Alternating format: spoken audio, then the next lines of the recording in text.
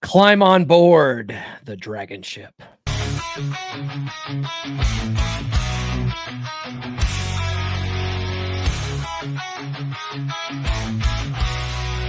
the white thunderstorms, we ride on the back of our truckers in a fearless stride. Sons of gold, hearts made of fire, conquering lands, fueling our desires. Roaring engines and lightning in our eyes. United we stand, our strength won't compromise. From the east to the west, we sail every road. We're the Valhalla warriors, never feel alone. Landscapes of freedom, beneath open skies, the promised land where our spirits arise. We battle the storms, the tides of the sea. Now we've arrived in the land we're meant to be.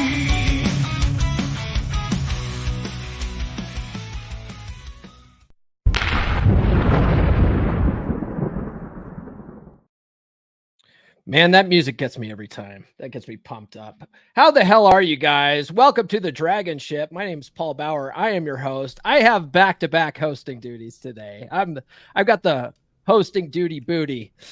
I just got done with double fisting. Just double fisting. Just got done with Rule Zero. We had a good show over there. Shout out to Pearl Davis. She retweeted the show on X, and we had at one point something like 3,000 people watching. It was crazy. So it was good. Anyway, guys, do be sure to like, subscribe, hit those notifications. No matter where you're watching this, subscribe to everybody's channel here, because we're all doing this together to sort of boost each other up. We are the rising tide that lifts all ships. Let's go around the horn, see what everyone's doing today. Viking Paradigm. What's going on, Tarl? What do you got going on, man? I've actually been getting a new game that just came out, so I'm actually getting back into some game, and I'll probably be streaming that on Twitch sometime in the near future here. I'm just trying to get a set schedule, but grappling with my own sleeping schedule discipline is actually one of my struggles. So, what game is it? The First Descendant. Oh, I've heard it's based. It's actually got attractive women in it, yes. That's all that passes for base nowadays. It's got hot chicks. Are there hot chicks in there? Yeah. Yeah. Thor, we just had a really good discussion on Rule Zero. What's going on with you, man? Yeah, I always love talking about the basics. I mean, there's always guys that need refreshers on that stuff because, on this journey, the basics are great. They help support you moving forward and give you a lot of gratitude to where you've been in this space. So that was a good episode. You did great, Paul. Yeah, it was one of those episodes where I was like, okay, I'm doing both shows. I'm going to put some effort in writing up some show notes for one, but the other one, I'm just going to wing it and pull up some of the archive stuff. It's just...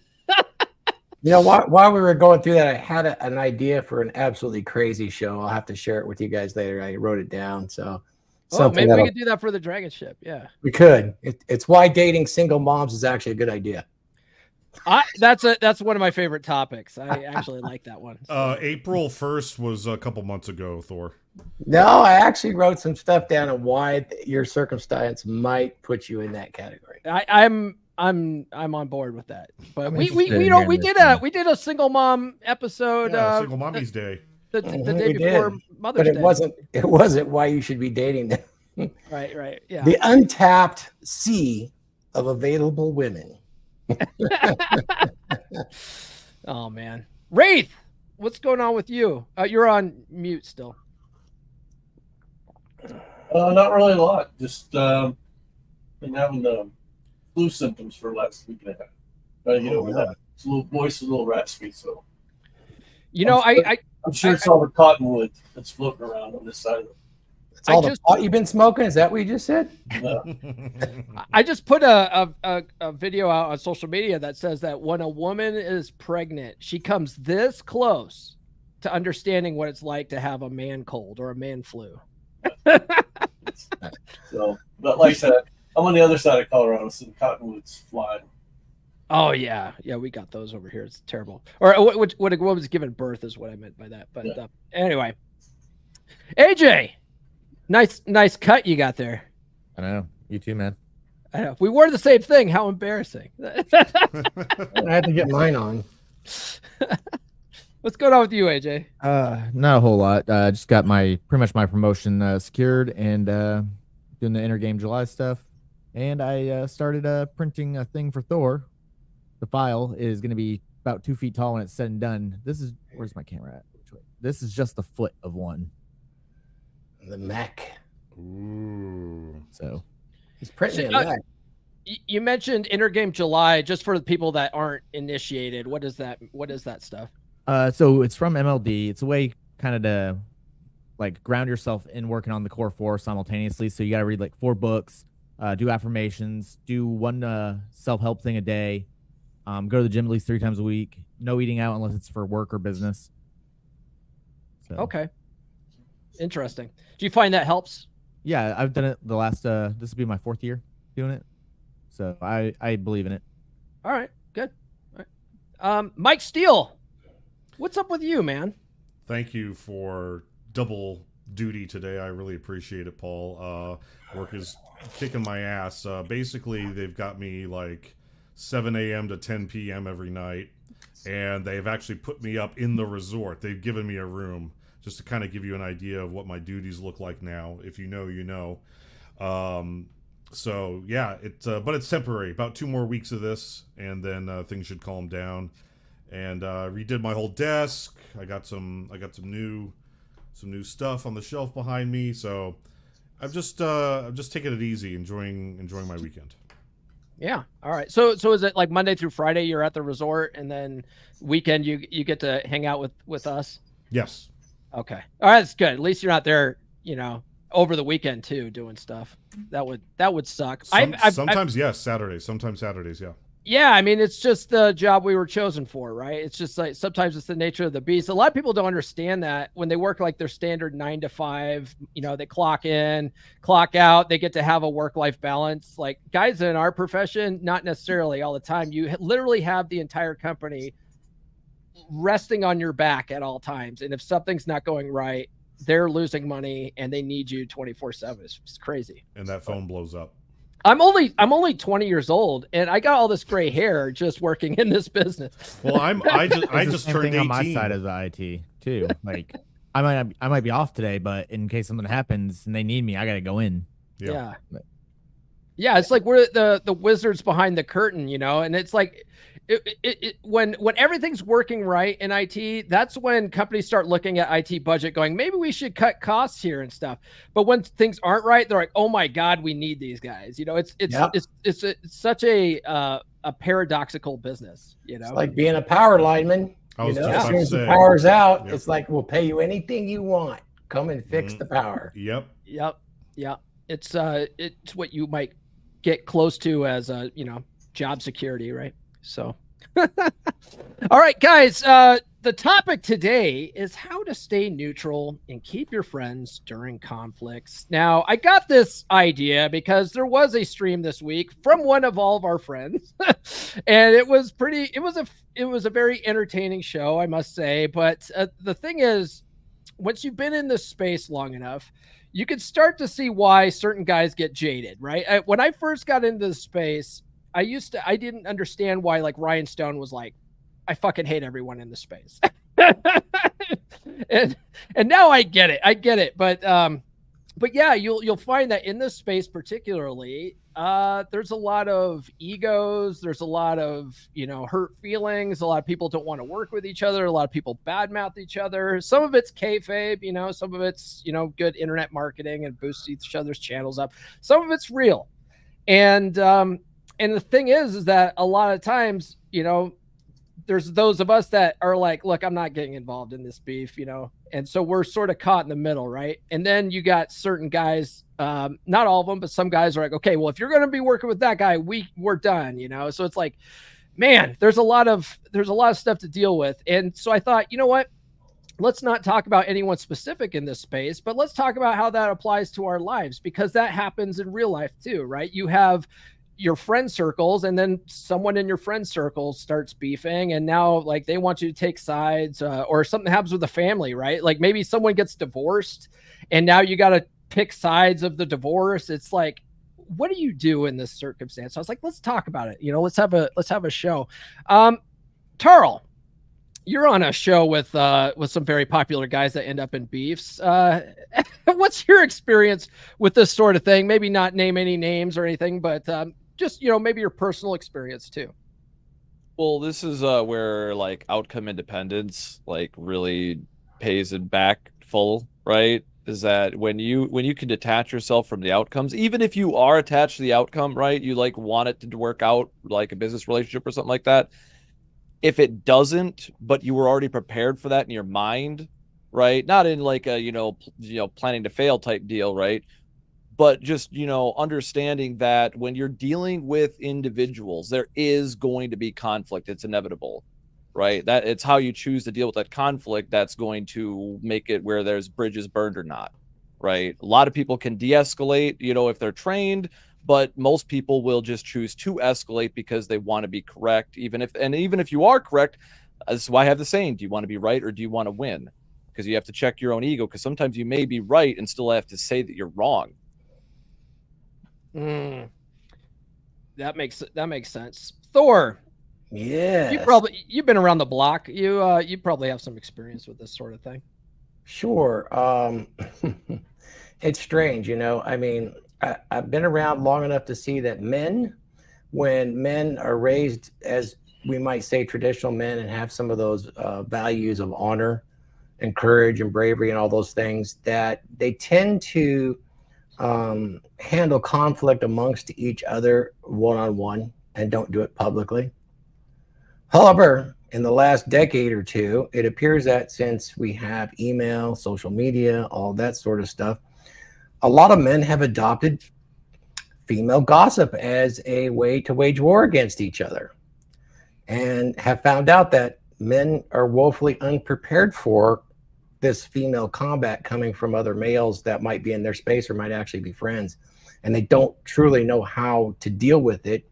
And that's why I love Paul picking this topic, because it's become more and more common, setting aside the kayfabe where guys actually plan this out so they can get views as a controversy, or they want to be Jerry Springer on the internet and they actually plan it out and pretend that it's real.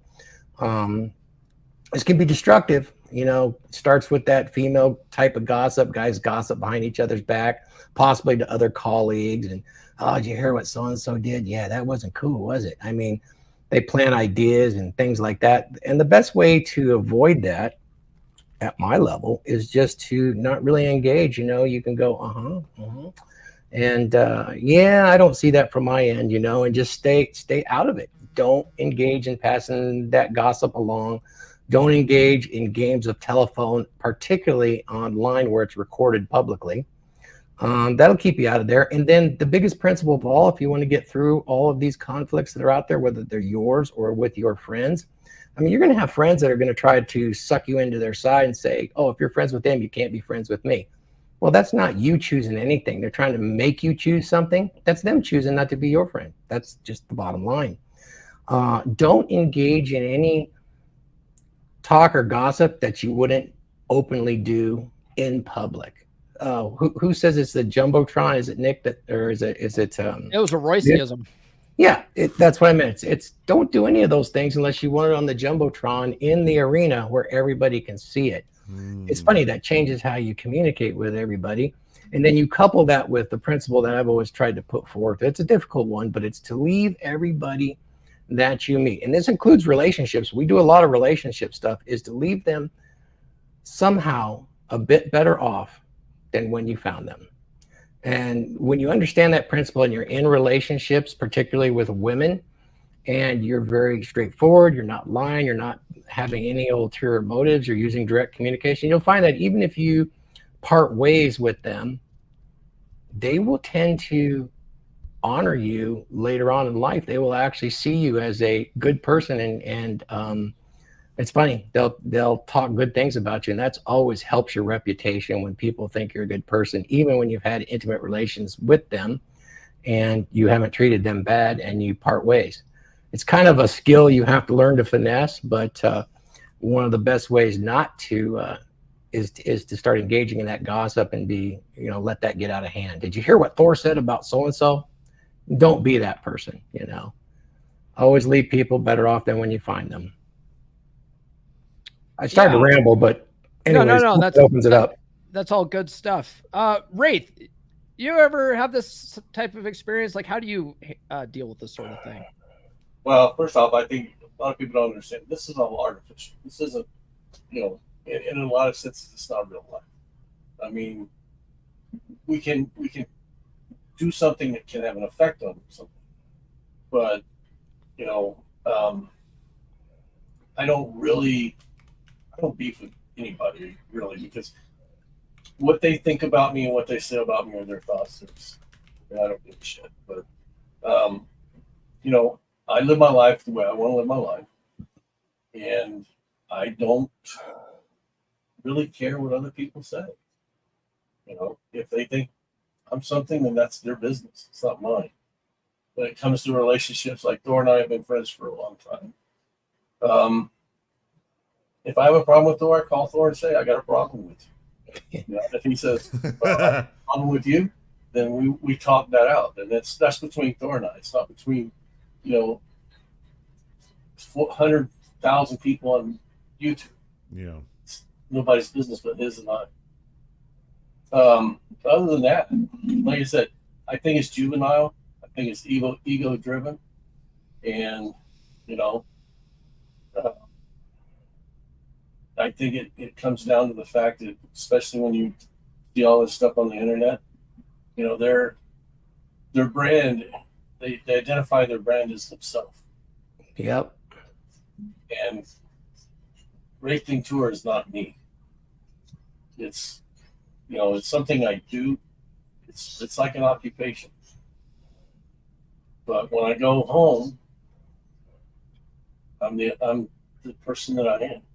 It's the same person that's here, but I'm not trying to present one thing to a group of people and something else to my family and that kind of stuff. So there's no ego in it. So if someone comes up and says, hey, Rac's a piece of shit, okay, whatever. It doesn't mean anything. Because first off, they haven't lived my life and they don't walk in my shoes. And when I have a friend, they're a friend. And, if Thor would do something, I'd say, hey, I can't be associated with that. I hope he understands that. And he does, because we've talked about it. Because my values are my values, and I'm not trying to impose my values on him, and he's not trying to impose his values on me. But we have enough common values. We can be friends and have conversations. And we disagree. We agree on more than we disagree. Mm-hmm. And the things we disagree on, I don't sit at home and worry about. I dwell on it. Whenever Thor says something I disagree with, I stew on it for a good week, and then I go, God damn that guy, and then I go on live streams and talk shit. Well, that's you think about it, these guys like to, there's so many beefs in this area, and you wonder, well, why is that? It's, even though a lot of folks in this area talk about an abundance mindset, they actually don't experience it as often as they want to. They still have the limitations of thinking that things are scarce, in particularly when it comes to the money they make on YouTube and social media. It's been very good at one time, very, very good. And it evaporated. And now the Jerry Springer stuff of the world is making the money. It's going its rounds. At one time, our space was extremely controversial. It might even have fit into that Jerry Springer category because, my God, they're talking about women and their nature and how indignant can that be. We made a lot of money. Now it's shifted. So we have a lot of guys in this space that really do get angry and see each other as competition for an extremely small amount of resources they think that they can get. I'm just telling you the truth. I've seen enough of these beefs that boils down to that right there. And so they'll tell each other, oh, he didn't cross his T, he didn't dot his I, he's wrong on that red pill point, which is okay. That's kind of stupid. Oh, he doesn't have experience. We're in a phase right now where if you haven't experienced everything, you're not qualified to talk on the internet or teach people. Oh, if he hasn't played or slept with 25 women, he has nothing to talk about because he doesn't have the experience. This is a surefire indicator that you've got somebody that has a scarcity mindset when they start talking like that about experience, or they've lost the argument. Oh, you haven't been married for 25 years. You don't know anything about long-term relationship success. It's a way you can screen for those folks that are just beefing to get the views, really don't know what they're talking about. Yeah, because one of the things I've noticed and figured out is I'm pretty sure there's enough broken men to go around. Yeah, there is. There is. There's plenty for all of us, but that's not how our human psyche is set up. Competition is really important to us. Well, and the other thing is it's all finance driven. It's money driven. Like there you go. You know, I don't make a living doing this, guys. Nope. You know. Yeah, even if for some of us that are making a living off of it, it's like what Thor says. You tell these guys have an abundance mindset when it comes to women, but you don't have an abundance mindset when it comes to business. I can't possibly help all 4 billion dudes on the planet by myself. Right. I can't. So there's plenty to go around, and there's no reason to be trying to gatekeep that business. You know, it's silly, but still, like the topic today, I mean, goes outside of just internet beefs. I mean, it goes into friends and family beefing, you know. Right. So yeah, but it's all the same thing. I mean, oh yeah, it's all related. Sure. You're driven by the same things. You know, it's whether it's money, ego, and it comes down to what Thor was talking about. It's the scarcity mentality of any resource, whether it's in your family. Am I the loved one?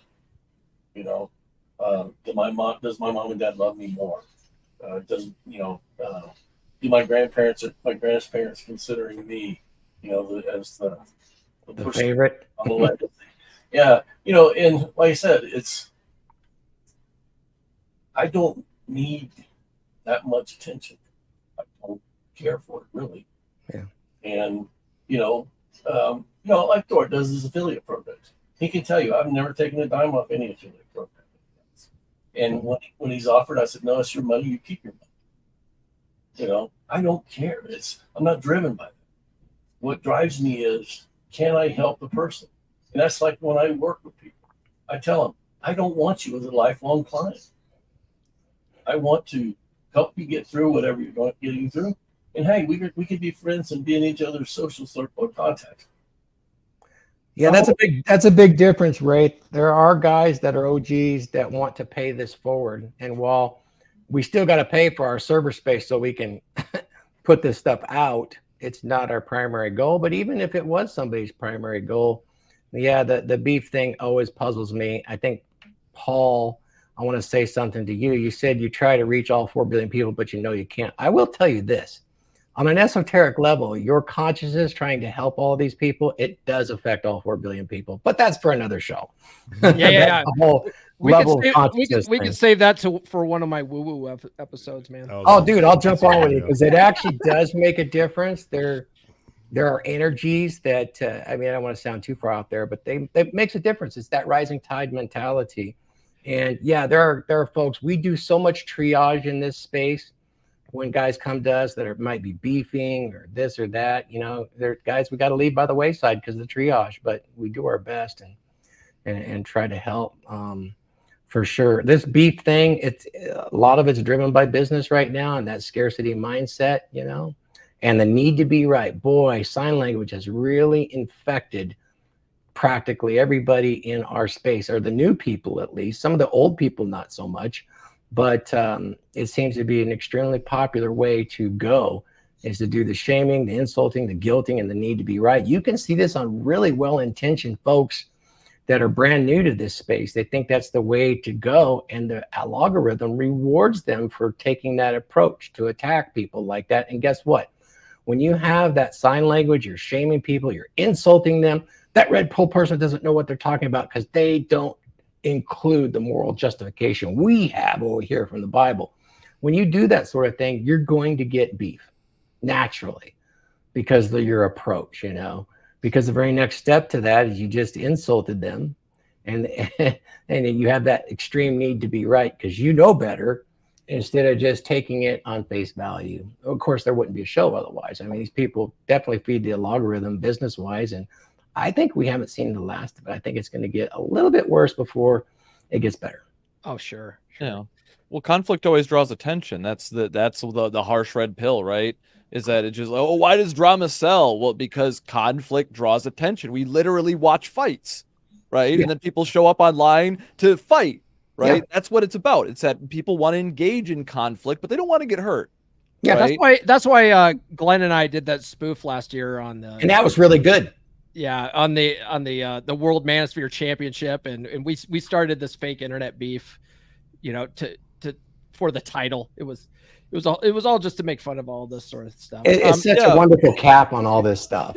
It's still around today. Yeah. It's good to pay attention, like for practical advice, right? Like if you're dealing with somebody who's more or less a time waster, right? We talked about this previously, right? Like when you identify that this person cannot be reasoned with, right? If you're in a beef with somebody, right? Or you see somebody having a beef with somebody and you realize that they in fact are the unreasonable one, they are in the wrong, they cannot be reasoned with, and they cannot see it, right? You have to get to the point where you can identify that, like figure out like, well, their intent might be good, but maybe their actions aren't really following through with what that, you know, the intent is, right? So that's where you as an individual, like we try to give practical advice here, pay attention to that sort of stuff. Right? If you can identify an individual that is unreasonable, that's when you would want to remove your attention and not feed into that feedback loop, because it's just going to suck you in. Right? So, Carl, that's that's where you got to cool, be very but careful. you run into these beefs with people and your brothers that know they're not unreasonable folks. And that's one of the issues that kind of clouds it. All of us are kind of conflict adverse when it comes to social conflict. It's just the way we are. We don't want to have an argument with somebody we like.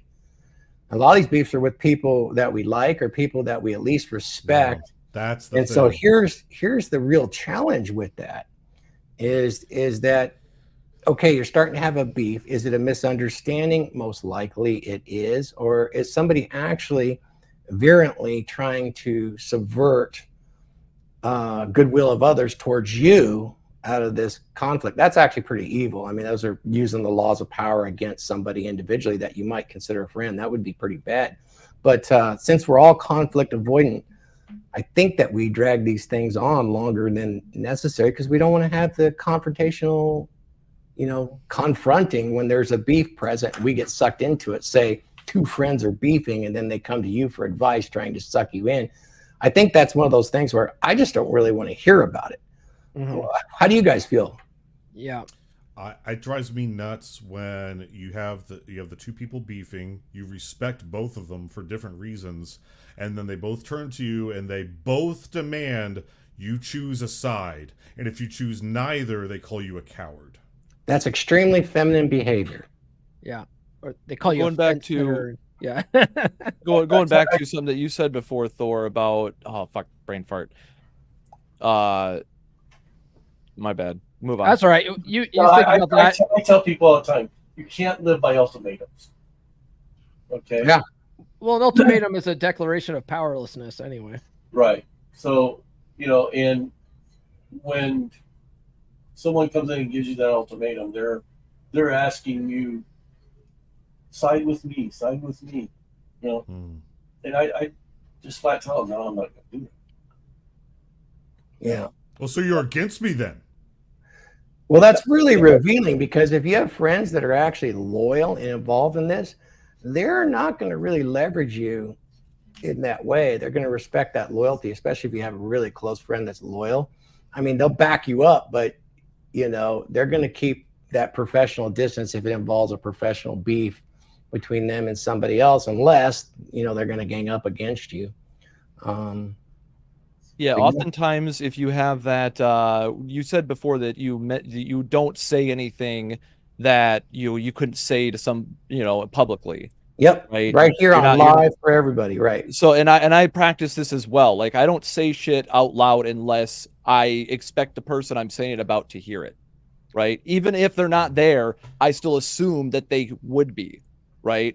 Like I said, so I'm always They'll in that propagate through the mindset internet. They'll hear. where I'm not talking shit about anybody behind their back. Anything that I say about you, to you, whatever, it's all going to be out there. So by doing that, I find that prevents a lot of those situations preemptively from happening. Except the most heinous ones, and I will tell you that is becoming popular. Keep your eyes open for this with the beefs.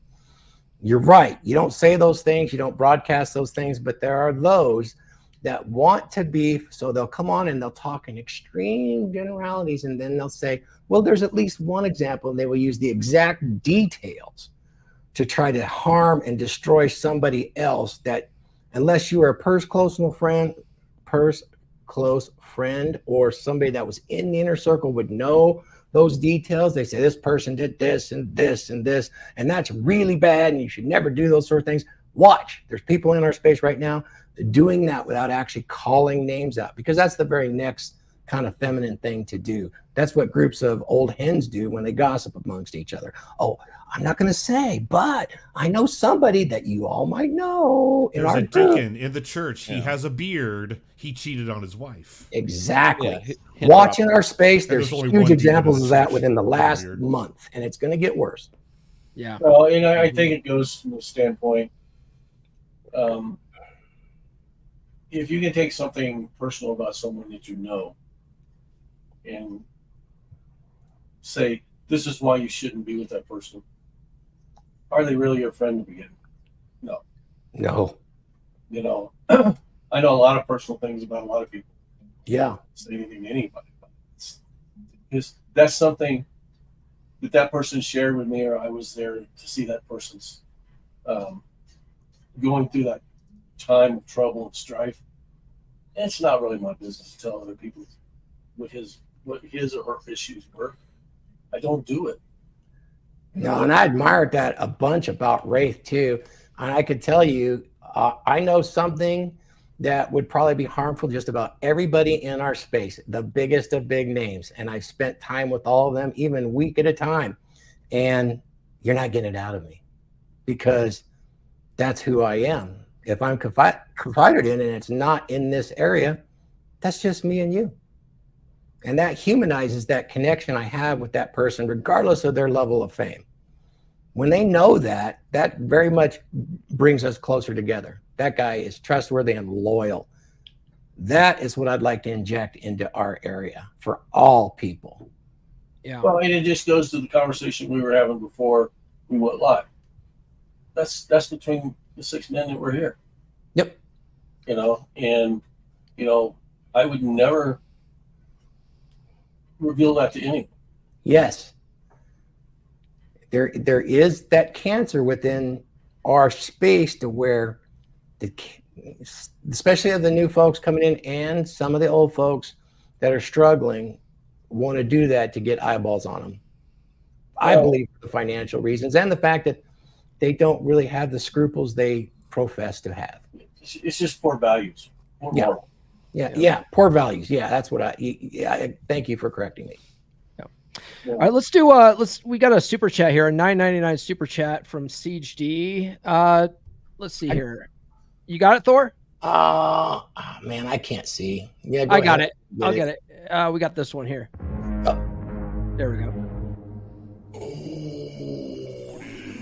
Thank you. Mike, you want to do the honors? Siege D with the $10 super chat. Hold Skull to Paul, Mike Steele, AJ, Wraith, Viking Paradigm, and RP Thor.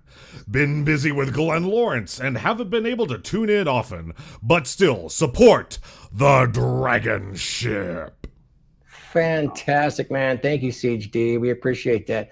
Tell Glenn Lawrence hello. He's still a member here. He wants to show back up when he's not so busy and get his head back above water. We're happy to say hello to our dear friend and our master at arms on the Dragons. Tell that jabroni that we missed that jabroni. Yeah. All right, straighten his shit out and come back here and have a good conversation with us. Yeah. let's go ahead and we'll take a break here and play an ad for Thor's book, and then we'll go over 10 ways men can cope with two friends beefing while staying neutral. Oh, perfect. Ever feel like the world is trying to make you smaller? That the qualities that used to define you are now something to be ashamed of? It's not just you. For decades, society has been pushing men to fit into a mold that doesn't match who they are. But there's a way out, a path to reclaim what it means to be a man. A Dominant Masculine Presence by R.P. Thor is the guide you've been waiting for. In this book, you'll discover the 7 essential skills that every man needs to stand tall and take control. Learn how to project confidence, master your emotions, and communicate with authority. R.P. Thor takes you through real-life examples, sharing practical techniques to help you develop your own dominant masculine presence. It's time to stop feeling sidelined. Time to step up and lead. With a dominant masculine presence, you can become the man you were meant to be. Order A Dominant Masculine Presence now on Amazon or listen on Audible. Rediscover your strength. Reclaim your life. Hey, I got something that just reminded me.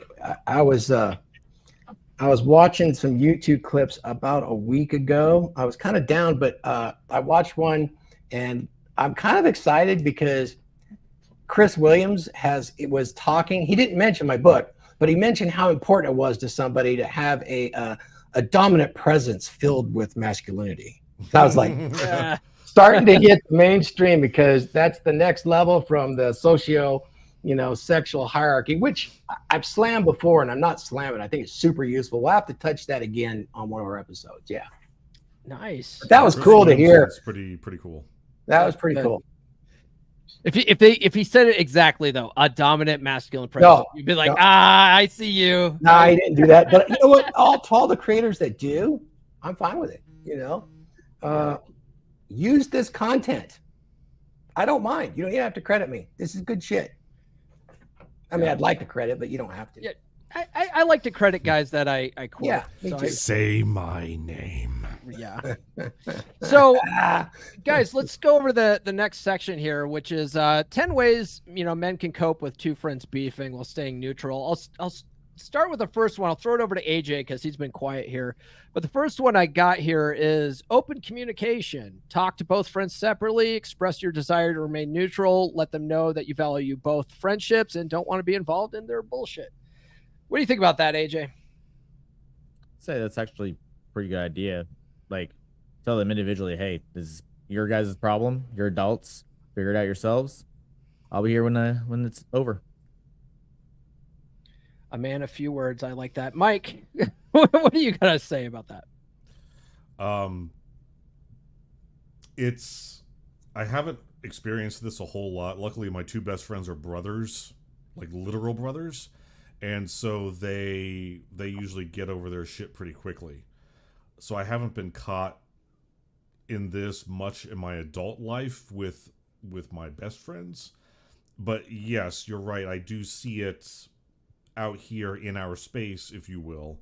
The thing is that it's a little bit different when it's two guys you respect and you admire, but they're not your friends. So like the individuals we're all thinking of, I can't DM the guy and be like, I'm here for you, but I'm not going to be involved in your shit. His response would be, who the fuck asked you? That would be their response on both ends, and rightfully so. So I don't have a whole lot of input here, because as I've gotten older, all my friends are other grown men, and the people who I would be allowed to say that to don't have this problem. Fair. That's fair. I have a situation that's on the beefing side. So my brother and I don't get along very good. My brother said some things, inappropriate things about my daughter. And I was just like, I'm done with you, bro. I'm never talking to you again. And, did he know? So what's that? Did he know? Oh, he knew exactly what he was saying. Like he thought he was being funny, and it just wasn't fucking funny. You know what I mean? And so I was like, I'm done. I'm fucking done with you. I don't need your shit. you know, I don't need you in my life. And so I basically cut him out.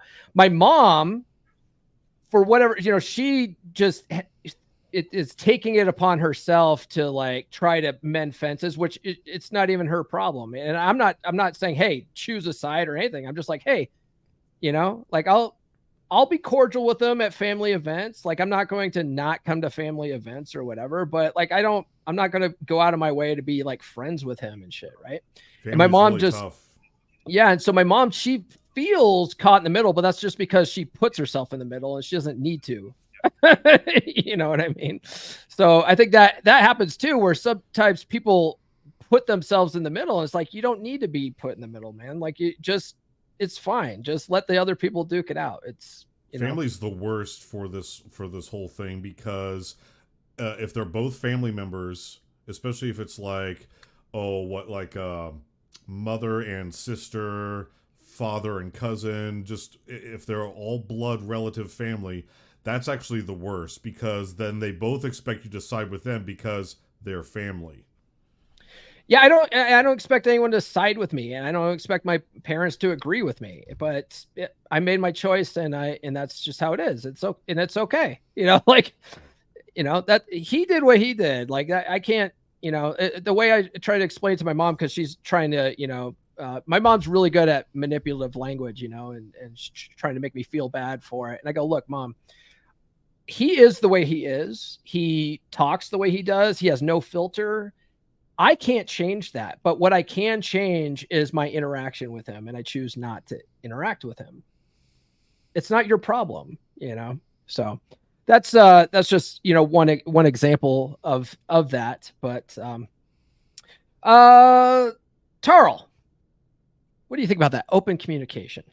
Well, it goes back to what I was getting at a minute ago, is that when I have that kind of open communication with all my friends, they often know where I'm going to stand in most of these conflicts before anything even comes up, right? Because I'm the problem-solving guy, and I'm very transparent about how I conduct myself, right? And I'm always looking for, like, solutions, not complaints, right? I'll hear people's complaints out, but, you know, at the end of it, if you're not looking for solutions, then you're going to have problems with me. So most of my friends, anybody that knows me beyond like just a casual acquaintance, knows that's how I roll.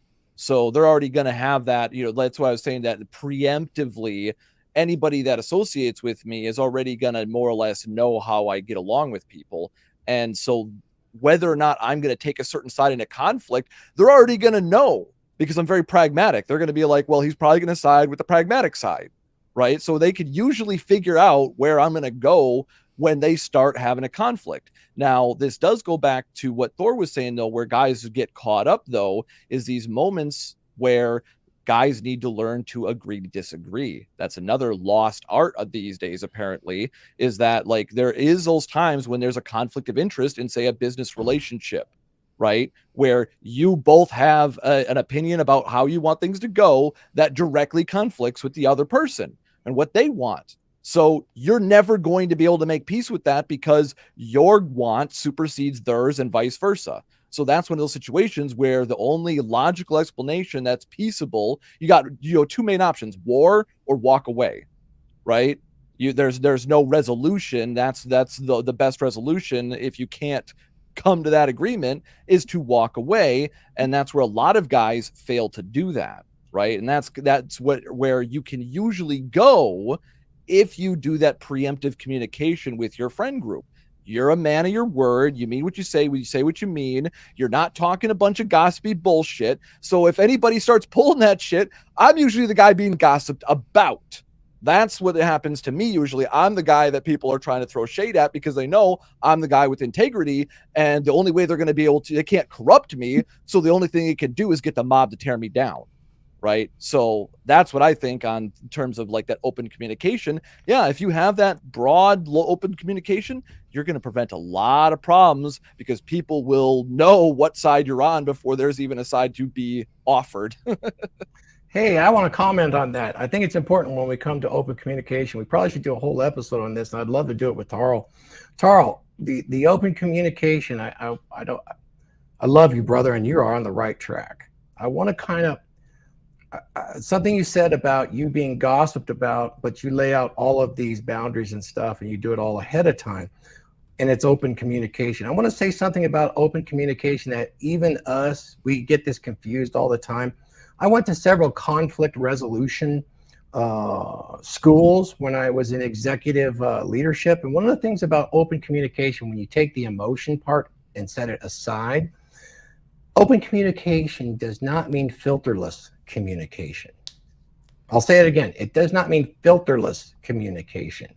That doesn't mean you're vomiting everything out that is on your mind and in your thought process. A lot of those things are going to cause you more grief and have people say shit about you if you're vomiting all of your thoughts out, but your intention is good and to be open and to set boundaries.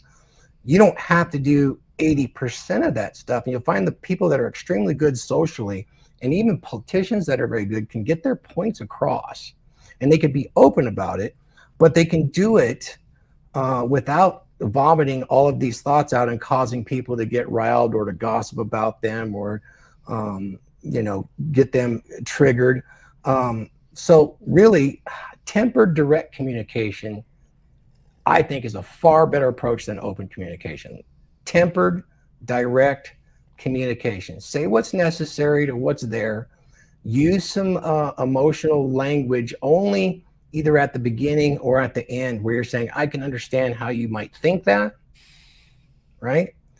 And then, the positive outcome is, man, life is so short. This is just so stupid that we're even talking about this. It's important, but I don't want you to have your feelings hurt over it. Let's move on. Things like that would add a positive shift is always really good. But if you have fallen into the trap with modern psychology where open communication is saying everything on your mind and then basing that on the fact that you are just being who you are, is a horrible trap, especially if you're working with friends that are beefing or with somebody that's beefing. It will tend to snowball these things if you're doing that. The more open you think you are, and you're just spilling out every single thought, trying to get ahead of this game, you'll actually make it far worse. Yeah, because that's like, What are I'm your a thoughts on that? Pisces, I can't help it. Yeah, the key phrase that I learned from you and whatnot in the fitness stuff is minimum effective dose. Yeah. Right. You don't need to be doing all this extra stuff. This is what a lot of guys do in the red pill space is they fuck up and they do too much of something. They overdose on this, they overdose on that. Rent all the Lambos in Miami for a day type shit. They just take it to the max, right? That's actually beta male game typically, is just take one thing that works and jack it up through to turn the dial to 11, right? But a lot of guys that get into, red pill and PUA, whatever it may be, for the first time, they get the power goes to their head a little bit. Like, oh shit, I can actually do something. And they're like, well, what happens if I turn it up to real high? Children right? with dynamite. Exactly. So it does make sense. Because it gets emotionally driven. Yep. Temper it. Definitely got to temper it. Everything, right? Less is often more. We have business. We have a lot to get through. So let me go to the next one here, and we'll talk about this one. Set boundaries. Clearly establish boundaries with both parties. Politely decline to discuss the conflict. Remind them that your role is not to mediate, but to support them both. Thor's giving the thumbs up on that. AJ, you wanna chime in on that? Can you repeat that one? Yeah, set boundaries. Clearly establish boundaries with both parties. Politely decline to discuss the conflict, reminding them that your role is not to mediate, but to support them both. Yeah, that one I agree with as well. It's like, look, like I said earlier, and mixed with what Charles said, like, they're both adults. Let them figure it out themselves. I'm going to stay out of it if I have to, as long as I have to, and continue on, not mention the beef when I'm like collaborating with them or working with them or hanging out with them. Oh, can I add something to that? Yeah, please do. Define the support. Yes. Yes. Because then they'll be like, you can't support us both. You Yep. choose one. Yeah. All right, that's fair. I mean, yeah. What would support look like? I just want to be both your friends. Okay, let's not talk about this. To me, if I say like, if I define the support, it'll be, when y'all get through this, I'll buy you both a beer if you're both still alive at the end of this. That's how I support. All right, that's fair too. All right. The next one is stay objective. Avoid taking sides by focusing on the facts and not getting swayed by emotions. That's what Wraith was saying. It's emotional driven. Maintain an impartial stance when listening to both sides of the story. That gets fun when the objective facts do indicate someone is clearly in the right and the other is clearly in the wrong. And so then if you take the facts, you ipso facto take someone's side, and then the person whose side you didn't take is going to get all butthurt. Yeah. So It's even more fun when that person refuses to accept the truth and now convinced that you are believing a lie too. Yep. So stay out means stay out. Means don't, like, I don't even want to know the facts. Don't show me the video. Don't show me the pictures. Don't show me the texts. Just no. The only time I take sides is when it's clearly like a dude whom I'm on board with and a complete like nobody. Like this person said I beat him up. Who's this guy? I don't know. I've never seen him in my entire life. Who am I going to side with? My bro or this total stranger from nowhere? That's very obvious. But because the objective facts will indicate a right person in some way, shape, or form, more than likely, then just don't even tell me the facts. Just don't even tell me that. Yeah, I don't want to know. I don't want to know the details. Well, that comes down to like knowing how deep you should go in. Right. If you are their friend, the mutual friend, you are involved, like how much are you going to allow yourself to get sucked into the drama? Yeah. Yeah. I mean, I might look at someone and say, what were you trying to accomplish by doing it? Have them self-reflect. I don't want to reflect for them. But you need to decide what you were trying to accomplish. Do you think, Wraith, you could ask them, okay, why do you want me involved in this? Would that be a fair question to ask them? Oh, it would. Yeah. Sometimes they just want to vent to you because they're pissed at somebody. And if that's the case, fine, right? Mm-hmm. See, it's good what Wraith's talking about, because when you ask them that, that's the Socratic method, right? It's getting them to process it themselves. And when people process things themselves, they usually go with whatever conclusions they come up with, right? They sort of attach some kind of emotional value to that. Whereas if you just tell them what to do, like that's not going to help them. You know what I mean? They need to come to it. They need to make the decision on their own. Yeah. So asking those types of questions is really helpful. And Thor and I, like I said, we know a lot of guys who, I mean, I get people that call him, okay.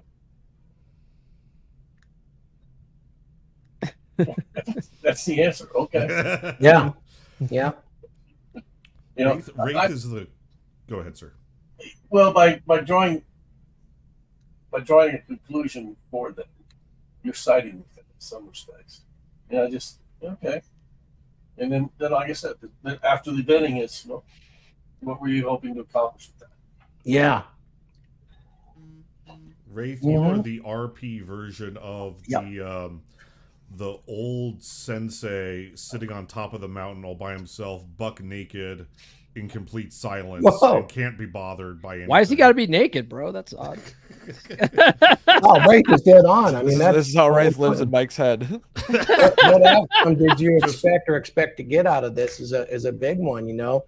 And if you're so inclined, you know, the moral question is, okay, so you're venting to me all this stuff. Do you want to do anything about this? Is this the right thing, bro? You know? Well, you know yourself. You know yourself. I've told a few people it was just bad form. Yep. You know, a lot of these beefs are meaningless in the long run, unless you have the kind of beef that I do with all of my guys, which is, you know, a nice ribeye. Then it's okay. There you go. There you go. Speaking of beef, we have another super chat from Danny Arnold, $4.99. I got you here. All right, Thor's got it. You guys hear that? Yep. Yes, sir. Here it comes. Yeah, baby. Well, he used the word huge, so there's only one voice that can be used to read this super chat. Danny Arnold with the $4.99 super chat. I have a huge beef with Verb, Nick August, Bull Rush from Let 'Em Burn, and Napier too. I can't stand that guy. Massive beef. All around, can't stand him. But Danny Arnold, you know what? That guy right there, he's a class act. He's smart. He's a genius. That's why I hired him. Thank you. We all have beefs with those guys. No. I'll respond to you. Yeah, we destroyed Medi-Cal finally. I don't know what the hell he said. He doesn't know either. I see what you guys did there. Love you, Mike. Let's go on to the next one here. We have encourage resolution. Encourage both friends to talk directly to each other to resolve their issues. Offer to help facilitate a peaceful conversation if they are willing. I wouldn't even go that far. I'd be like, you need to work on this with him yourself. I'm not going to offer to mediate. Like, that's not my fucking job. But that's where, like, when you ask, like, you know, like, well, what's your plan? You know, what you're looking to accomplish? You could be like, well, what does resolution look like at the same time? Or you could hit two birds with one stone. Or if you're in person, you go, listen, fuckers, you need to knock this shit off. There you go. Yeah. Let's go to John Fitch. So it does. Yeah. Let's go. Let's keep this rolling, though. We got avoid gossip is the next one. Don't engage or spread gossip about the situation. This can escalate tensions and put you in a compromising position. That's easy because that's all personal responsibility right there. Okay. Then it doesn't, because then you're not relying on the behavior of others to mediate the situation. It's all self-control. Even if people try to goad you, be like, well, what'd he say? I'm like, he was live. I don't know. I'm sure if you Google it, you can find it. Yeah. Or this or that. It's like, I don't know. I watched him for 30 seconds and then I had something better to do. Discount third-party stuff, man. That's a big part of it. Yeah, well, bad actors could be involved in any of these social situations where they're going to be putting misinformation and shit like that. It's also why another glorious thing about being so relatively transparent to people, right, and open about how I conduct myself is if somebody comes to any of my friends and says, yo, Tar was talking shit about you. He was saying blah, blah, blah. They're going to immediately be like, bull fucking shit, motherfucker. I know that man. And if he had that shit to say about me, he'd say so to my face and he'd actually be trying to help me out, right? He'd be trying to help me out of the situation. He wouldn't be talking shit to you behind my back, right? This is the glorious thing about being a man of integrity is that when people start talking shit about you, anybody who actually knows you is immediately, boom, going to call bullshit. Yep. Yeah, that's good. We have focus on common ground. So highlight the positive aspects and shared experiences of your friendship with both individuals. You guys could tell that I got AI to do this, right? Okay. Remind them of How'd you what come they up have with in 10 bullets so quickly, Paul? Oh, dude, if you guys are not ChatGPT. using AI to help you with your content, you guys are fucking working too hard. Okay. So it says, remind them of what they have in common and what they might lose if they don't resolve their conflict. Why is it your problem though? Like, that sounds like a very feminine bullet. Yeah, that's what I was gonna say, Mike. Nah, I'd just be like, if you guys can't squash this shit, I'm out. I mean, see, that's the thing about what's really helpful about the red pill space, right? Is you learn to be your own mental point of origin. You learn not to, it's none of your business, right? Like, it's none of my business if they might lose a friendship because they can't get along. Fuck, I don't care. Like, that's their problem. That's your problem. That's their problem. You know, how does that impact my life? It doesn't. It's unfortunate, but it doesn't impact my life, you know? So that one's kind of that's where you got to try and figure out, you know, and hope that they can figure out if there is actually a molehill or a mountain that they're dealing with.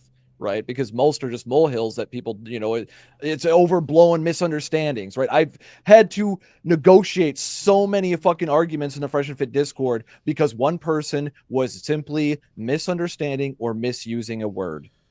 Yeah. We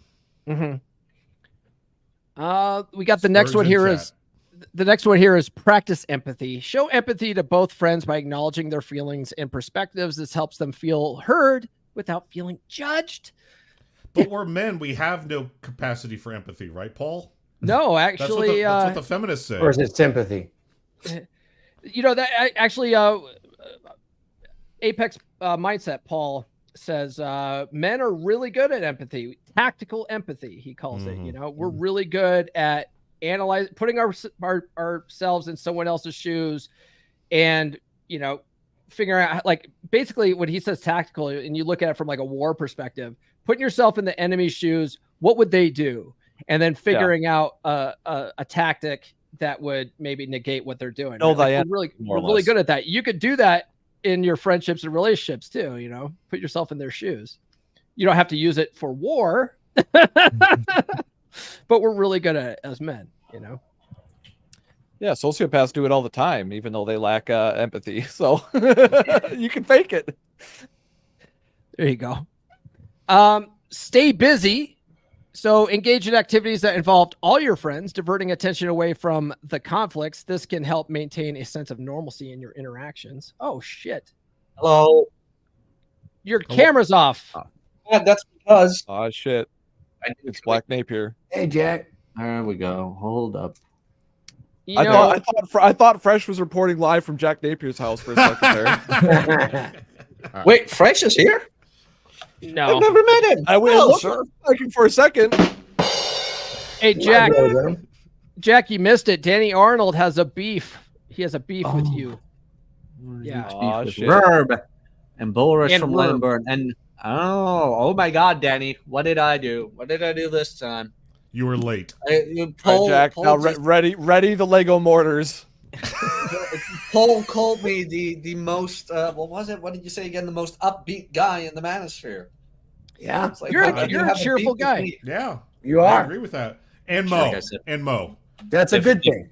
If you only knew what went behind the smile. The pain, the struggle. Pain, loss, grief. But how are you guys doing? We're How are you good, guys Jack. doing? We're just talking about when you have friends that are beefing and like they're trying to pull you into it. Like, how do you handle that sort of thing? You know, that's what we're talking about. How do you handle that sort of thing? It does remind me of a story a long time ago.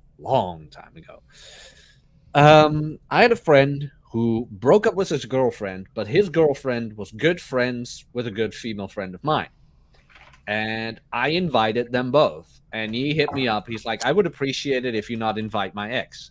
I'm like, look, I'm going to invite whomever I want, and you can choose whether you want to come or not. If you're not coming, I understand. But you are not going to put me in between sides. Both sides have treated me well. And if one of the sides chooses not to come because of the other, I will respect that. And that is it. And that, in my humble opinion, is the best way to deal with beefs between your friends. Like, look, both parties have been kind to me. I will still engage with both parties, and who's ever being a bitch about it is going to get treated like it. And that's my 2 cents on all of it.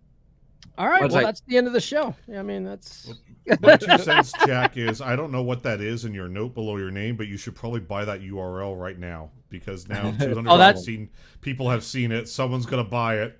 that's his affiliate link for Cappy's course. Next course, yeah. Yeah.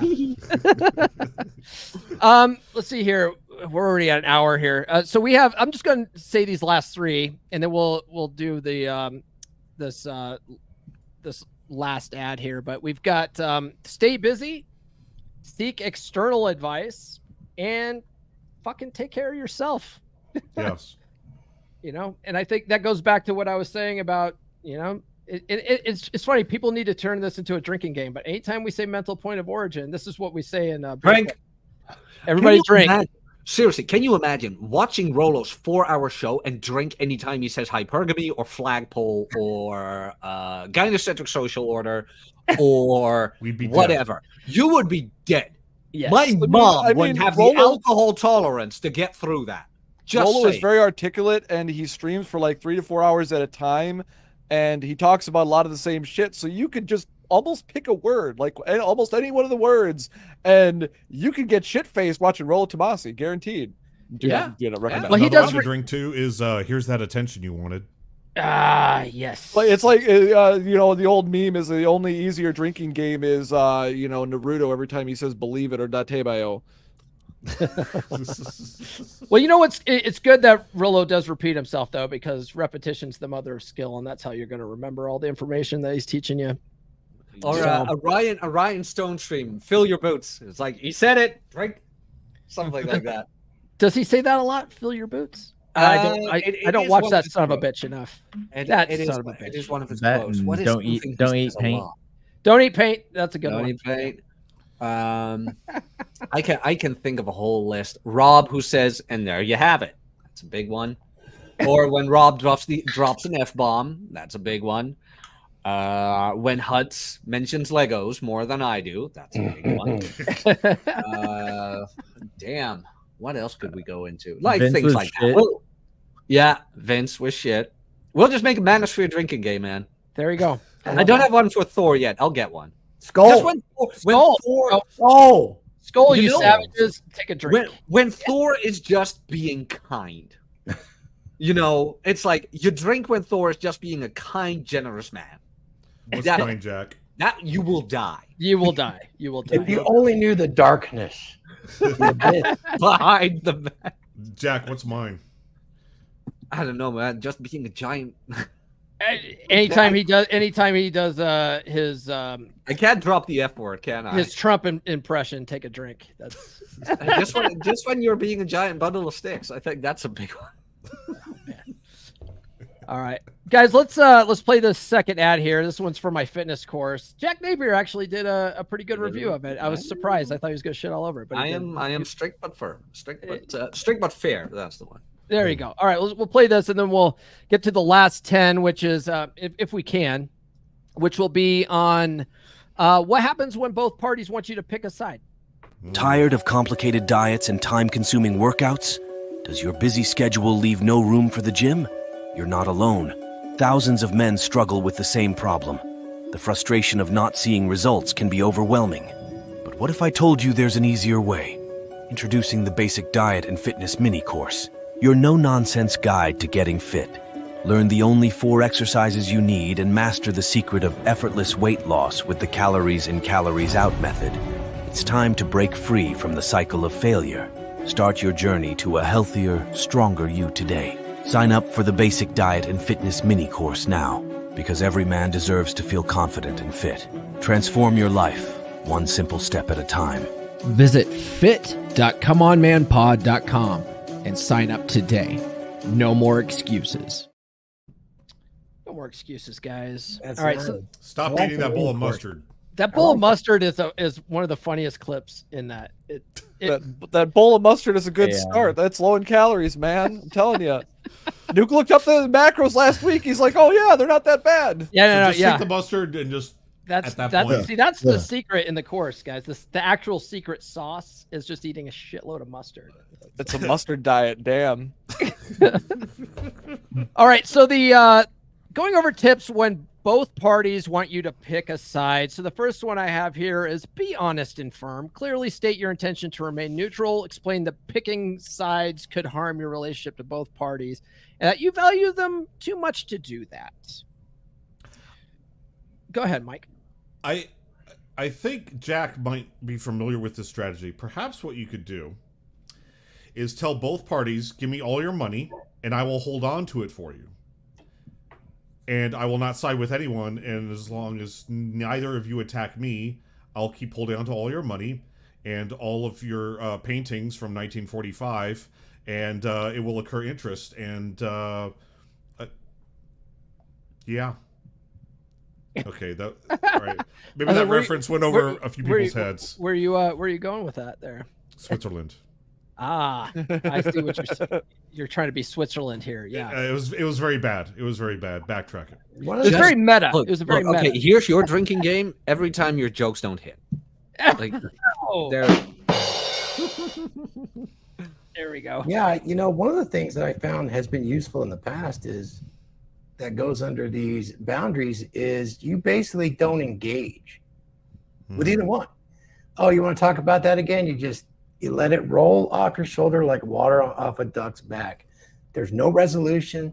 You're not allowing their venting to be transferred to you emotionally. So it comes off as a bit cold until you start the conversation about something else, and then you liven up. So there's no incentive when you're having these conversations and there's beefs involved and someone's trying to get you to ally against themselves. And I find this works especially when you have people in your circle that are getting a divorce. You guys been through that? I mean, they do this with the kids. It's like mom is trying to rally everybody against the dad. The dad's trying to rally everybody against the mom. And the kids are like, holy shit, dad wants me to think mom's a hoe. Well, maybe she is, but on the vice versa, mom's telling me dad's a deadbeat. You kind of just got to let that stuff hit you and roll off as part of your boundary. That's a boundary you could explore, and I've seen it work. You know, they just wear themselves out on that. I have a serious question for the panel. If everybody here, if we all knew a couple getting divorced, how many of us would just automatically side with the guy? I don't know. I think it really just depends on who I was friends with first. I probably wouldn't take sides in a divorce, honestly. Yeah, because a lot of times I won't. A lot of times, like, you usually become friends with a couple through one particular person, you know, Okay. and then you get introduced to, you know, whoever their significant other is usually later. In my head, I'm thinking of my best bros who I know very well and their wives that I don't know at all. Yeah. So in that circumstance, it's like you're already friends with the guy, right? But what if, like, you happen to have a female acquaintance and, you know, like, you don't really know the guy that well, you know, like, you know, I don't know. You'd be like, the way I would look at that is, You're only ever going to get one side. yeah. The way I look at that is like, it's none of my business in either case. Realistically, Doesn't matter like, how if you wanna close talk- you are with somebody, you're going to get one side.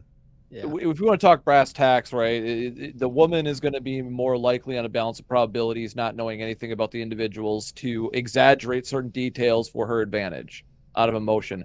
But the thing is, I've also known a lot of loser guys that use female tactics, right? And they do a lot of that stuff that women do, right? That's why there's so many women complaining about all the loser men's, because they're going around, the women are acting like dudes and the dudes are acting like women, right? In terms of, like, being more emotional and less emotional. The women are being less emotional and the men are, even though it's kind of hard not, you know, they pretend to be less emotional, but, you know, the men are actually being more emotional and then they act like women, right? So you do got to be careful, like I said before, about identifying the type of individual and the size of their ego that you're dealing with. Yeah, that's fair. Next one here is reiterate your boundaries, right? Politely but firmly remind them of your boundaries you've set regarding their conflict. Consistency is key to maintaining neutrality. Reiterating your boundaries, that's one of the reasons why I think When I Say No, I Feel Guilty is such a good book on boundaries, is because it gives you the tools to do that. You know, the broken record, just keep repeating it until they shut the fuck up. Yeah. It's an effective strategy. Well, oftentimes when somebody's asking the same question over and over again, they're looking for you to give an inch so they can take a mile. Yep. Right, which that book also talks about too. Like most people only have so many no's. You know, they can only say no so many times before they finally give in and go, all right, fine, fuck it. You know, and so you have to be the guy that has unlimited no's and just keeps repeating yourself over and over again. You know. I understand what you're saying, but we're not doing that. Exactly. I want my meat. I understand, but I want my meat. It's really a boundary if you're letting them push it every day. What's that, Wraith? Is it really a boundary if you let them keep pushing it every day? I'm like 3. You got 3 times. That's it. I don't hear it. That's fair too. Yeah. Standard baseball rules, 3 strikes. Yeah. We're not going to hang out. We're not going to hang out anymore. Or just don't fucking engage with them anymore because they won't shut the fuck up about it. You know, come to me when you're done talking about this shit, you know? Yeah, for me, if somebody's like trying to force me to take sides, they've already told me without telling me that they're not really my friend. Because if they're going to try to force the friendship that I have with somebody else to break up, and once again, the context could be extreme. Like there could be, like, say, some violent crime involved or something like that. But once again, if I've known this person for a long time, I'm going to want to see some like proof, some police documentations type shit in order for me to be swayed. And I'm also going to be contacting the person. I'm not going to go no contact, right? Because it's another thing that a lot of times when people are like coming to you with those little scenarios on the side, they're trying to get you to cut contact and like preemptively recruit you to the team. They're like trying to get first dibs. Right. You know, they're trying to put together a team. They're like doing the expendable shit over here. Like we're trying to put together a crack team, you know, like the A team over here. We're going to send in fucking Mr. T, fucking Viking. Right. I'm just like, hey, yo, hold on a minute here. Like, I don't pity these fools. If anybody, I'm Mad Murdoch. So yeah. We have encourage professional help, suggest that they seek help from a professional mediator or counselor if the conflict is severe. This shows your concern while keeping you out of the middle. It's like this sort of thing too. I mean, it just goes back to like, I mean, how involved do you want to get with this? Yeah. How bad is like, I am not qualified for your guys' even issue. finding a mediator is pretty invasive. Yeah, how bad is the beef that you need a mediator? And we're talking about like 2 men at this point, right? Yeah. Yeah, I Well, mean, it's a good way to any- redirect, right? Because then you know, if they're like trying to like get you involved as the mediator, this would be a good piece of advice to give, like redirect and be like, I'm not going to be the mediator. I'm not going to find you a mediator. You need to seek an actual mediator will be impartial, because I'm not going to be impartial because obviously I'm friends with both of you. So there's going to be an automatic conflict of interest. So I can't be the mediator for this, you know, and you can just exit stage left. Yeah. That's one way of dealing with it. We've got here, use I statements. So when discussing the issue, use I statements to express your feelings and positions. For example, I feel uncomfortable being put in the middle, rather than you are making me uncomfortable right now, sir. Fucking AI, man. Like, I think the quality of the bullets has degraded the further down you go, Paul, and that's not your fault. well, I mean, you know, like we're really stretching this out. So we've got highlight the risk. That's gay. We're not doing that one. Stay consistent. Consistency in your neutral stance helps reinforce your position. If you waver, it can lead to misunderstandings and more pressure to choose sides. Redirect the conversation. I think this is a good one, right? Redirect the conversation. Skillfully steer the conversation away from the conflict. Talk about neutral topics that interest all parties. Like those whamming. Am I right? You know, let's stop talking about this. Let's talk about them whamming. Misogyny. How about There them you go. Raiders? There we go. Let's see here. Express your support. And then finally we got lead by example. I like this is the best one, right? Don't talk about it, be about it, right? Demonstrate how you manage conflicts gracefully by maintaining your friendships with both parties. Your example can sometimes inspire them to handle their issues more maturely. You know what you need to do? We're just going to hire a ring. We're not going to get gloves. You two are going to fight it out. Get it over with. Get your orgasm or whatever you need. Beat the shit out of each other. And after that, we're going for a drink. Everybody happy? Okay. Pro wrestling or get the fuck out. That's... No, not even pro wrestling. Bare knuckle boxing. Like hit each other in the face and be done with it. I have a beef with you. You have a beef with... That stuff's brutal. Oh, I did that to somebody actually years ago when okay, I did shag his girlfriend. Fair. But he already cheated on her. So okay. Yet still he was pissed off and blah, blah, blah, blah, blah. And we have mutual friends. And he's like, I'm not coming because if I'm going to come, Jesus, then I'll probably hit him in the face. So I hit him up. I'm like, look, here's my address. I'll have tea and coffee ready. Get over here. I just texted him. Like, if you want to hit me, go a goddamn head. We'll get this over with. Because what you're doing now is you're letting whatever gripe you have with me, which was understandable, get in the way of a good time. So get it out of your system and we can get going. He never showed up. He stayed being a bitch. It's like, never mind. Of course he didn't show up. Of course he didn't. Horrible thing, though. I'll tell you guys after. It's pretty dark. I'm not going to mention that on the shit. Pretty. That was kind of the shit test my dad would always give my little brother when I would be like fighting because he was starting shit. You just be like, all right, square off, get ready to fight. And I'm just like, I'm not trying to fight. And my brother would, be like, I want to fight. And he'd be like, okay, fight. And my brother would fight. And you throw the first punch, right? And then he would chicken out every fucking time, right? So just like, it's a very, really easy way. He's like, my dad would just be like, well, you're not mad enough then. Shut the fuck up. That's what it come down to. Like, if you're not gonna throw the first punch, you're not really mad then. That's fair. All right. Well, guys, I think we pretty much covered this topic. Let's just go around the horn and give final thoughts and where people could find you online. We'll start with Jack there at the bottom. What's going on, Jack? Showed up late just to plug your shit. Topping from the bottom is what it's called. Topping from the bottom. Let's see. Follow me on Twitter. I would very much appreciate that. I've just crossed 400 followers again, which is nice. And what else do I have? You can go to my channel. We're doing Post Zero tomorrow. We're having Steven Story on, a guy who actually has a very, very successful online business in insurance. Left the States for Brazil and is now living his best life. So that's going to be very interesting talking to him. And that's about it for me. All right. Thor. Hey, next week, next Tuesday, there is a Dragons monthly membership meeting. And we're going to continue this conversation and even more on some of the 7 skills of a dominant masculine presence. And we'll have open coaching and Q&A.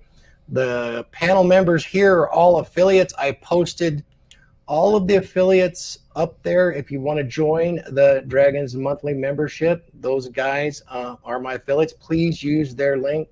At the top of the list is Paul. Then I got AJ and I got Mike there. I couldn't find Tarl's right off the bat. Tarl, if you want to post yours in there as well. I kind of did this last minute, but I prefer that if you join the Dragons monthly membership, you use one of these panel members' affiliate link to do so. It helps them, helps me. It keeps this whole thing of content rolling, and we get into depth behind a paywall, which allows us to talk about a whole lot of other stuff. And you gain access to a whole bunch of lectures and things like that. So I encourage any of the listeners to use those links I set out there. And Tarl, if you have your link, please throw it in there before the end of the show. I will. All right. And I'll see you guys next time. I appreciate everything. All right. I just want to, we get this guy right here shows up right when we're getting credits. This fucking guy. I'm sorry. I didn't know it was only an hour. I feel like Thor's the man, dude. And I never can make it to his show. And today I was going to try. I was going to try. Hey, let's catch up sometime. We need to do something. So, Paul, what's your thoughts on staying neutral when your friends are beefing, and then where can people find you online? Oh, thanks. Yeah, I know. I kind of wanted to just jump in on this topic a little bit because it's kind of a good one. People who are dealing with, people are listening to different content creators that would be Red Pill or Men's Help or whatever, are noticing a lot of infighting between certain certain just individuals. And my thing on that is that the way I struggle with this too quite a bit, actually, as to the way to approach it. But where I'm at now is that I think that I take everybody as an individual. I don't care about what club somebody's in, you know what I mean? And so in your friendships and stuff at home, it's like, look at people as individuals, not groups. You know what I mean? Like, you have to have empathy and understanding for the person you're dealing with, not just their group identity. And you choose from there, like, who you want to hang around with based on, how you evaluate that each person as an individual, how they treat you and some of those things. But if 2 people you're friends with or 2 people that know each other, are beefing with each other, have a disagreement or problem with each other, my policy is leave me out of your conflicts. I grew up in an environment where my friends were criminals. All right. FYI, a little something about me. And I was the guy who could fight out of my friend group. And my friends used to, and I was talking like a long time ago, right? Like high school kind of stuff, right? my friends used to, knowing I could fight, used to want to, they would get a lot of confidence with me when we were out, and they would want to start crap and start stuff with other people, hoping I would get them out of it. And I learned then that I need to have a policy, which is that your fight is your problem. And if I didn't do that, I would be in fights all the time because these idiots would be creating problems for other people, right? And so I learned that when I was really young at a very, you know, the most rudimentary sense is that you got to at least fight your own battles. Now, I won't let my friend get killed in those scenarios, right? If he starts something and he's, you know, he's getting the crap kicked out of him, all right, now it's time to step in, break it up. But I'm not going to fight your battles for you. You know what I mean? And I'm not going to be like, you know, join you in a battle against somebody else, especially if I'm friends with the other person.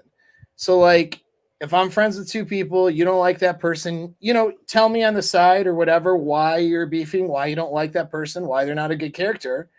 And then let me make my decision. And if I choose to remain, you know, have relationships with both people, don't put me in the position to have to choose between friends, because then the choice won't be you.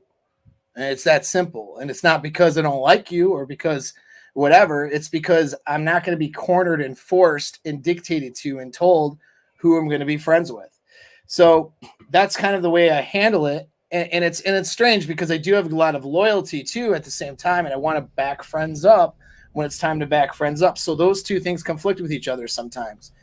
A need to want to back somebody up when they're right. But then the other side is I want to maintain my personal relationships with individuals and not side with people when there's a mutual conflict, right?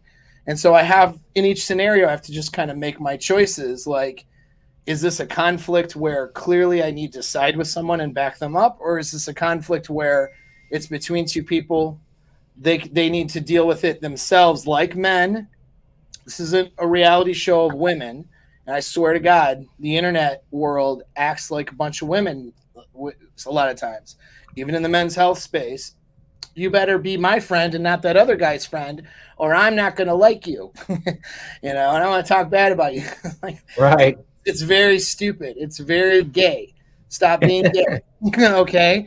And I'm open to being friends with people, and I'm pretty, you know, and I don't judge people. My judgment of others is not as harsh as some of the other people that are out there. So this idea of like this concept of, well, don't work with losers, or don't work with losers, or work with blah, blah, blah. Everybody's had loser moments in their life. Yep. I'm not going to judge people because they've had struggles or they've had loser moments or they've had things. That's just not how I am.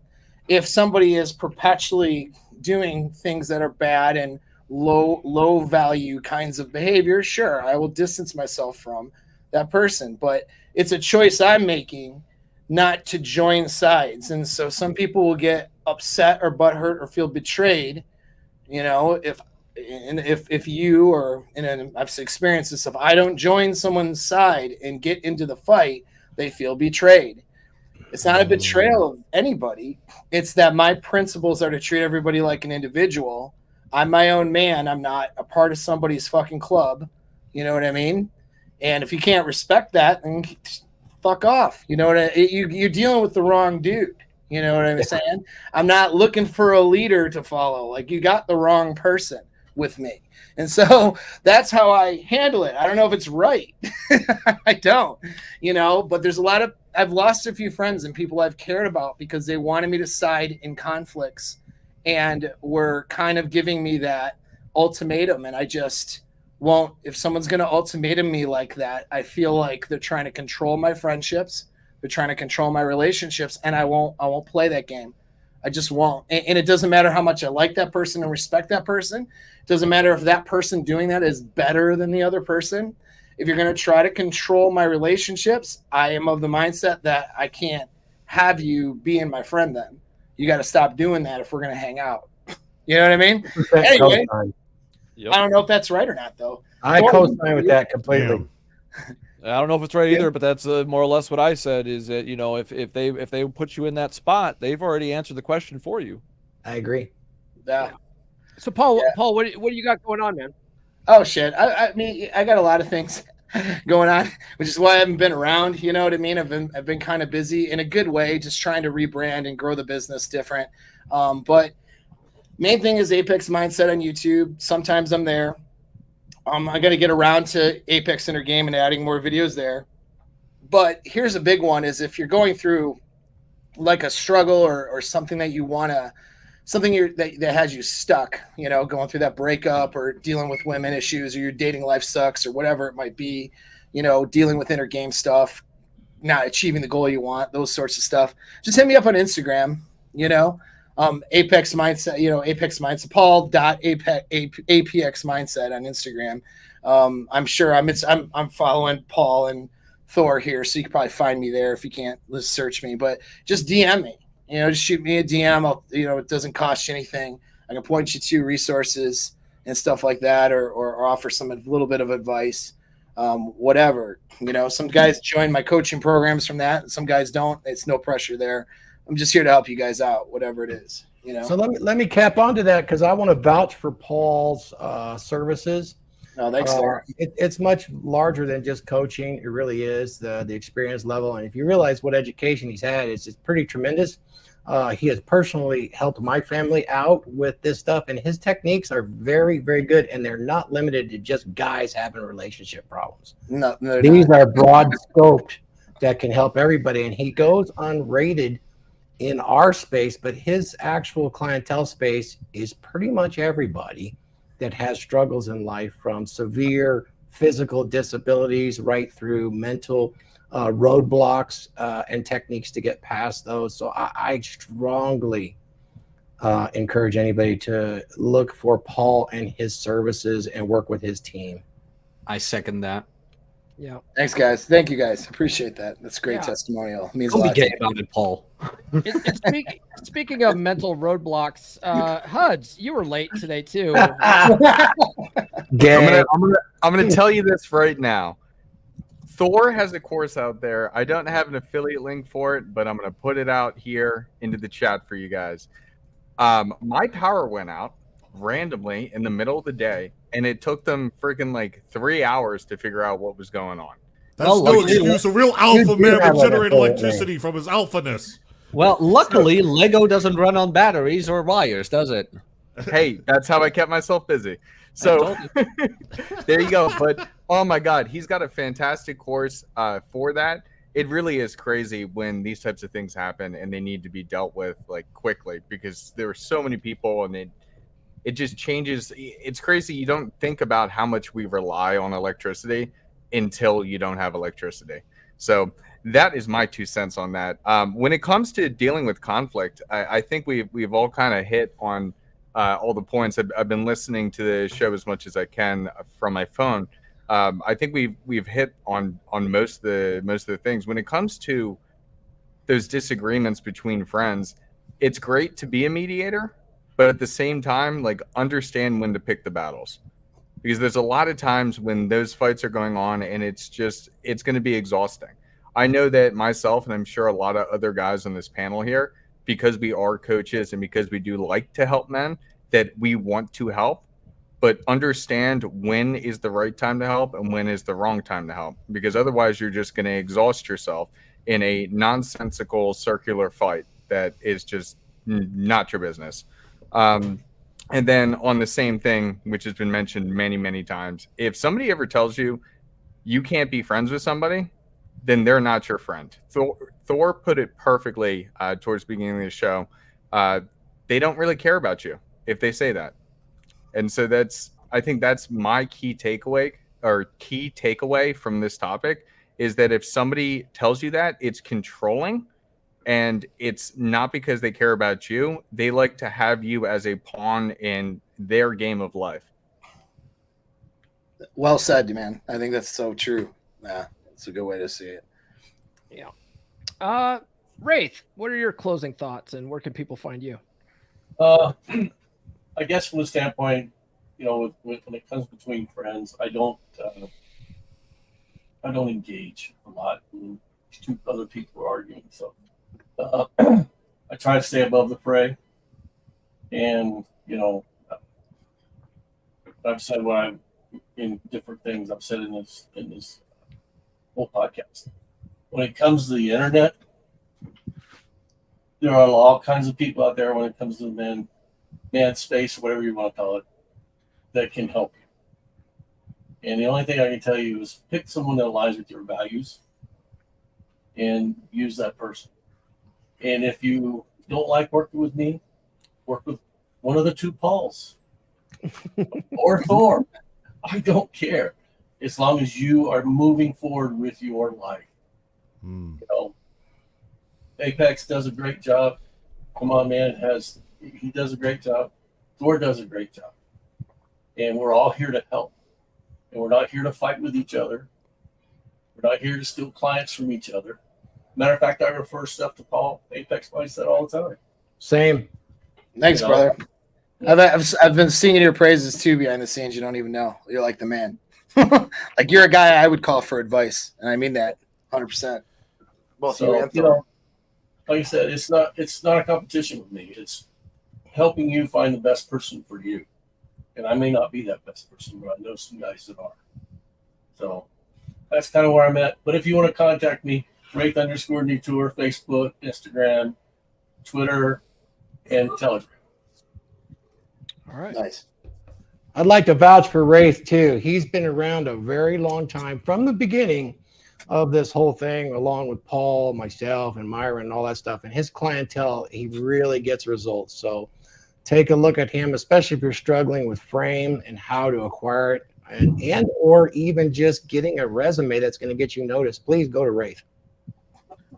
Yeah, I want to second that endorsement too, man. Like Wraith always has insightful things to say. Is always a very wise person, and you would do yourself a huge favor, following his advice and getting some input from him and feedback. I know a lot of my clients have gotten great feedback from Wraith, and it's good. He's somebody I would recommend people go check out too, and that's I don't just recommend everybody. So I just want to toss that in my hat in that. So yeah. Thanks for coming, Paul. Yeah. Thank you, Paul. AJ, closing thoughts, and what are you up to? I think everyone pretty much nailed it on the head, like how to deal with this in their own ways, and like everyone else has said, case by case basis.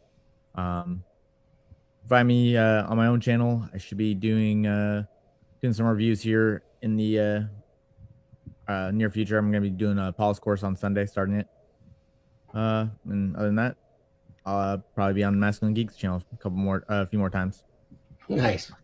All right. Mike Steele, closing thoughts, and where can people find you raw dogging the internet? That's right. Here, I don't raw dog flights. I raw dog the internet. So if you want to see me raw dog the internet, follow me on X. If you want more uplifting things like celebrities, food, architecture, and scenery, follow me on Instagram. That's where I keep it nice and cozy. But to close out today, a lot of the points brought up when it comes to two people who are like friends or family members, a lot of them, in a lot of those situations, it is best to just completely stay out of it. I don't even want to know the facts. Don't mediate unless they both ask you to, and they both accept your mediation, because maybe they've known you for so long, they know you're impartial. That would be the one exception where accepting a mediation request from them, I think, would be okay. Other than that, stay out of it. When it comes to brothers or mentors or people you look up to in this space, I'm going to bring out that little analogy that I love to bring out every time this comes up. These men are hardware stores. Sometimes Ace Hardware has the best screwdriver, and Home Depot has the best hammers, and Lowe's has the best paint. Get what you can of value for you from each of these guys. Don't declare loyalty or swear fealty to a hardware store, much less a flawed human being. So There's no one-stop shop for everything. No one dude is going to have all the answers or the advice you need to improve your life. Even if one other dude over here, who everybody hates, has one piece of advice that could change your life, don't dismiss him just because everyone else hates him. Maybe everyone else hates him because he's more successful or because he says something stupid. Does it matter? Did that one guy help your life with something important? Then that's what matters to you. All right. Pass this on over to Tarl. I don't think we got to you yet. So what are your closing thoughts? Where can people find you? Well, real quick, can find me at my YouTube channel, trying to get the follows up, and yeah, spam the link in chat there. Links. You want to sign up for Thor's Dragonship, and closing thoughts. Yeah, you got to come at it from the, it sounds like Paul came in late, but he has a very similar mindset to what I've had, where I've just always been very matter of fact with people.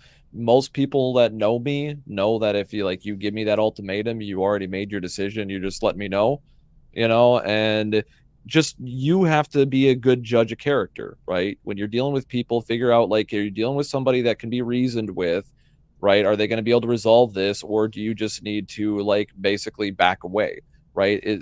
Right tool for the right job. Good hardware store analogy, right? You when you're dealing with friends, right? Just like, relationships with women or relationships with business and stuff like that. Same thing with friends, men or women.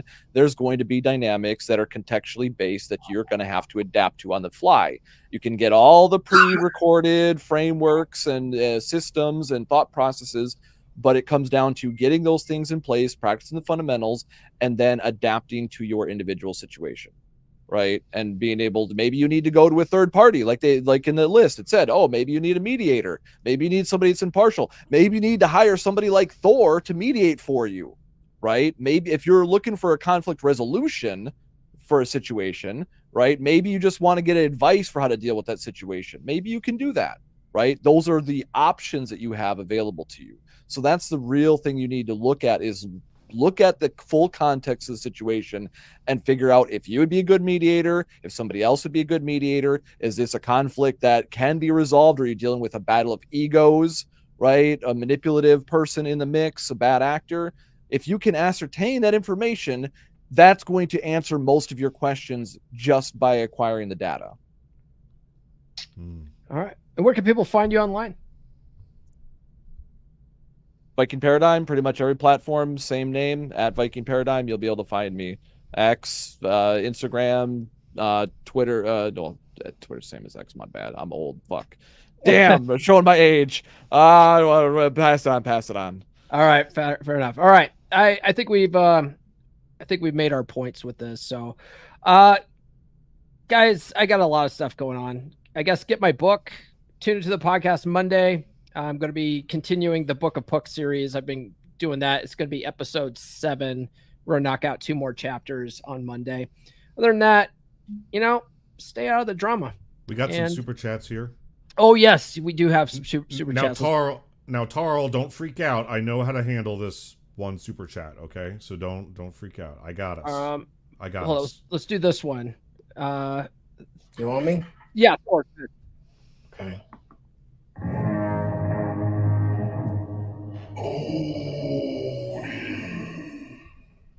Danny Arnold with the $5 super chat. No, I want to pick a beef with you, Thor. A heavily black peppered beef brisket roast. We got another one from Danny too. So there we go. No, we can't put that on screen. We can. No, Why can't we can't put that on screen. We have to spell it with an H. Yeah. So Danny Arnold with the $5 super chat. Don't be a switch hitter, Paul Benjamin. Don't be Mike Steele. Yeah. Thank you, my friend.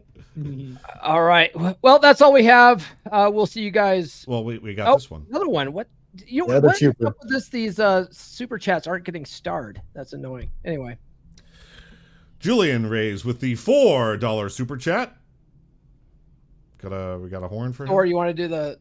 Yeah, I do. Also want to shout out Abdel congratulations. I'm sorry. He's one of our listeners, and he's a dragon. He just earned a purple belt in Brazilian Jiu-Jitsu. Nice. So just wanted to mention that. Yeah, that's pretty cool. Nice. Yeah, here's the super chat. Thank you. Julian, thank you very much for the cause. Skull. Great topic as usual. All right. Paul, thank you so much for the support today. You're such a fantastic leader. Appreciate it. I try, man. All right. Well, that's all we got. We'll see you guys next week on the Dragonship.